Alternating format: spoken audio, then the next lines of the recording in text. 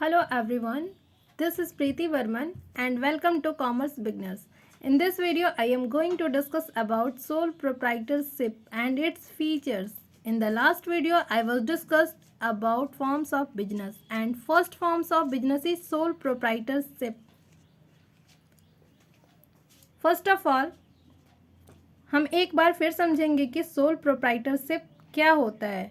यहाँ 3 पॉइंट्स को ध्यान में रखेंगे जो कि बहुत इंपॉर्टेंट है। First on, second manage and third is control.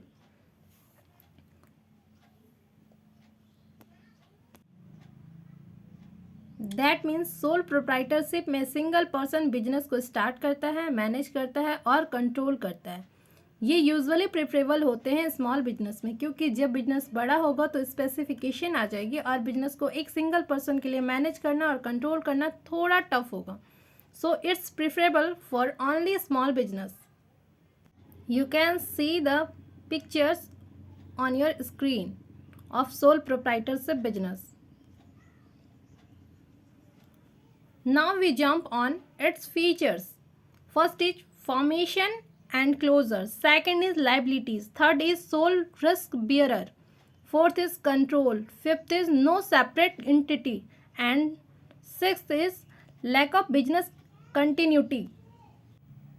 So first we have formation and closure. If you decide you on to sole proprietorship, उस सिचुएशन में आपको ज़्यादा लीगल फॉर्मेलिटी नहीं फुलफ़िल करने होते हैं। सोल प्रोप्राइटरशिप में बहुत इजी वे में आपको लीगल फॉर्मेलिटी करनी होती है। जब कोई पर्सन बिजनेस स्टार्ट करते हैं उस वक्त 30 डेज़ के अंदर आपको रजिस्ट्रेशन कराने होते हैं रजिस्ट्रेशन एक्ट के द्वारा। इसमें कोई लीगल एक्टिविटी इन्वॉल्व नहीं होते हैं। रिजल्ट ऑफ इट ये थोड़ा ईजी होता है करना।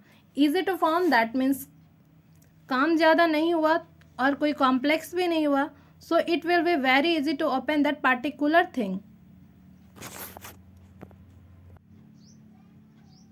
Then will be discussing liability. यहाँ लाइबिलिटी अनलिमिटेड रहती है। फॉर एग्जाम्पल, अगर आपने लोन लिया है अपने बिजनेस के लिए और टाइम पीरियड कंप्लीट होने के बाद भी आप पे नहीं कर पा रहे हैं, तो उस सिचुएशन में बैंक आपके पर्सनल एसेट से भी अपने अमाउंट रिकवर कर लेते हैं। यहाँ पे बिजनेस में कोई सेपरेट एंटिटी नहीं होती, इसलिए आपको अपने पर्सनल एसेट्स को बेचकर बैंक को पे ऑफ करना होता है। Then we have sole risk bearer. इस बिजनेस में हर काम को कौन करता है? Single person.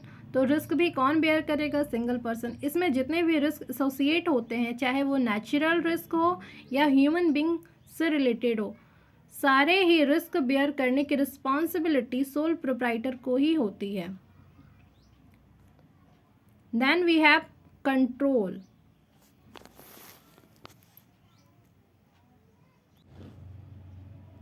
सोल प्रोप्राइटरशिप में जितने भी मेजर डिसीजंस या प्रोस एंड कॉन्स किसी भी चीज़ के देखे जाएंगे, वो डिसीजंस कौन लेगा? सिंगल पर्सन, जो बिजनेस का ऑनर होगा।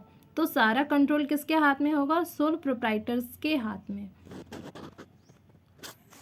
Then we have no separate entity. Sole proprietorship में आप और आपका बिजनेस अलग नहीं होता है। तो आपका एसेट बिजनेस का असेट्स होगा और आपकी लाइबिलिटीज़ बिजनेस की लाइबिलिटीज़ माने जाते हैं, जबकि कंपनी में ऐसा नहीं होता है। कंपनी में कंपनी की एसेट्स और लाइबिलिटी अलग होती है और ऑनर की अलग होती है, बट यहाँ पे ऐसा नहीं होता है, क्योंकि कंपनी में सेपरेट एंटिटी की वॉल होती है और सोल प्रोप्राइटरशिप में ये वॉल मिसिंग होती है। And the last we have lack of business continuity. That means जो पर्सन बिजनेस को ऑपरेट करता है, उसके डेथ के बाद अगर कोई ऐसा पर्सन ना हो जो बिजनेस को ऑपरेट कर पाए, in that case business discontinue हो जाता है और वो बिजनेस बंद हो जाता है, बट कंपनी में ऐसा नहीं होता है। Now thought of the day. Life has know remote control, so get up and change it by your self. That's it for this video. In the next video, I will cover up advantage and disadvantage of sole proprietorship. If you have any doubt and suggestion regarding this video, please comment in my comment box. If you like my video, then please like, share and subscribe my channel. Thank you for watching this video.